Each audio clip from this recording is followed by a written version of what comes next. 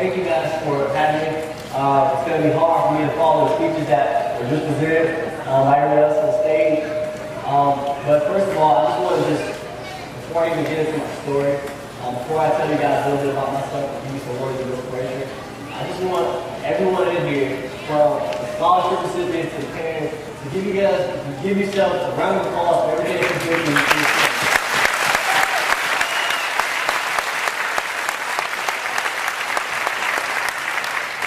Just a few years ago, I was sitting in your shoes. I was a scholarship recipient. My senior year of high school, I was able to receive a scholarship thanks to Labrawn and his wife. But before I was even in your shoes, I was an athlete, I was an honor student, and I really thought I had everything going for myself. And so one tragic day, I was involved in a hit-and-run car accident. Someone hit me from behind and kept going. My car went over the interstate, 25-foot drop, I broke my neck, collapsed my lungs. I was pronounced dead upon arrival. As you guys can imagine, that was a really tough time in my life. Each parent that's sitting here in the audience, just think about if that was your son or your daughter. It was very difficult for me. I laid in the hospital bed, lifeless and hopeless, not really sure what I was going to do next. I made excuses, I contemplated suicide, and I just really honestly didn't want to be here on earth. But as I laid there, I made goals. And I told myself I can either sit around, make excuses, or I can get up and start doing something for myself. So I realized very soon that me being in a wheelchair wouldn't define my life. And I was determined, even though I would be sitting down for a while, and I would stand and face every life skill head on. So as I spent a couple months in the hospital, I went on back to King High School, which former Mayor Pam Laurie was a graduate from as well. I went back to King High School. I was senior class president, I gave the graduation speech, and that ended a chapter in my life. There was a lot of skepticism of what was I going to do next, if I was able to be independent, if I was going to be able to achieve great goals. So I started to hang around other people that had been injured as well. And some of my buddies played wheelchair rugby, and I got involved in that. It was a great experience. And as time went on, I developed independence. I developed confidence in myself that no matter how hard life is, I would still accomplish all my goals. And a couple years ago, me and my buddy, we were joking around about doing something crazy. I mean, off the wall crazy. He's like, well, let's go do something crazy. I'm like, okay, cool. Before you know it, I was in Zephyr Hills, and I was getting ready to go skydiving. I was getting ready to go skydiving. I was afraid to tell any of my family and my friends because I knew they would lecture me about going skydiving. But I gained the confidence and I went. But when I got there, we went about 250,000 feet in the air. And I looked down and I'm like, oh no. Oh no. And before I could even change my mind, they just pushed me like, always fighting my life, falling through clouds. I'm like, what's going on? And my instructor finally put the parachute and we just free fall. I was out of breath. I was extremely frustrated. We got to the end at the ground. I'm like, God, what's wrong with you? Why did you push me? I said no. My instructor didn't speak very good English. He said, oh, buddy. He said, no. I thought you said go. I thought you said go.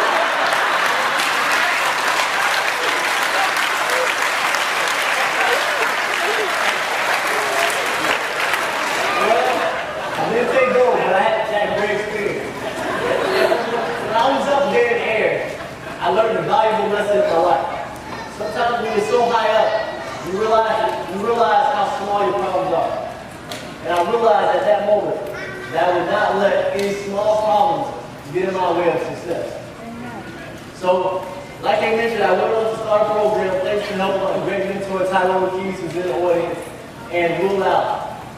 And my goal was to show students that they can learn life skills while still in high school, so that when they graduate, they'll be ready for the real world.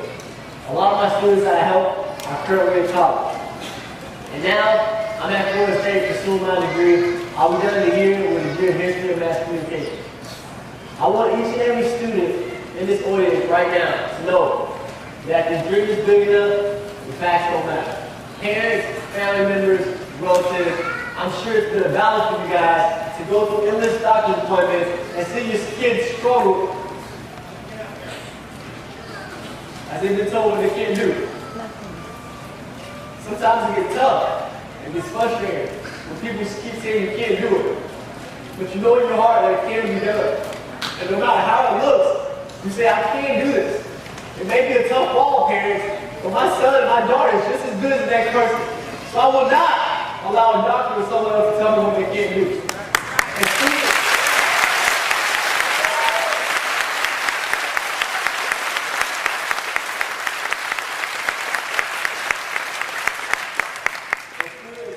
I know sometimes if you look at the facts of life, you look at statistics that the doctors give you, you may say, I don't see how it's going to be done. Statistically, there's no way I can go to college. There's no way I can ever be successful.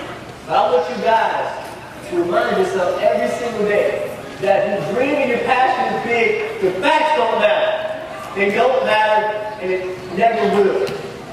And as you guys continue to pursue your journey of life, as you guys continue to face the obstacles head on, you guys may not have ever played sports or had any amazing stories like the speakers before us. But you guys are battling a game every single day, and that's the game of life.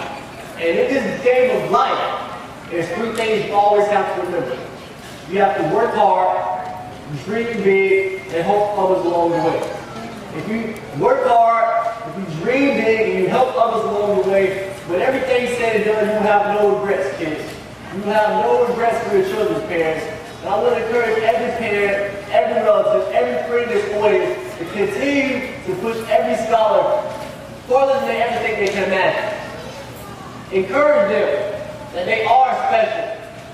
No matter their disability or parent disability, allow that to be your ability to strive into excellence.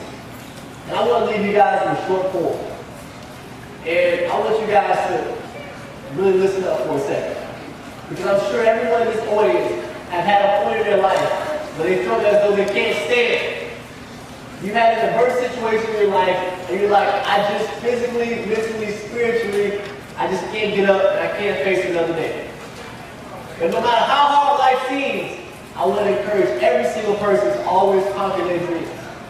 Even when the doors continue to shut in your face, don't give up the race.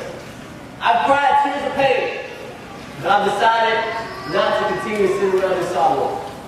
My determination and ignorance has sprung me till tomorrow. Temporarily, life's doors, they shut in my face.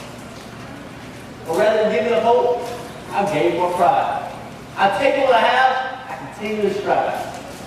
My body's like a battery. It's just not fully rechargeable. But the longer the road is, the slower I have to go. And nothing will make me stop. And if I drop, I'll pull myself to the finish. Most people know me for being tenacious. My character and personality has brought me through the rain.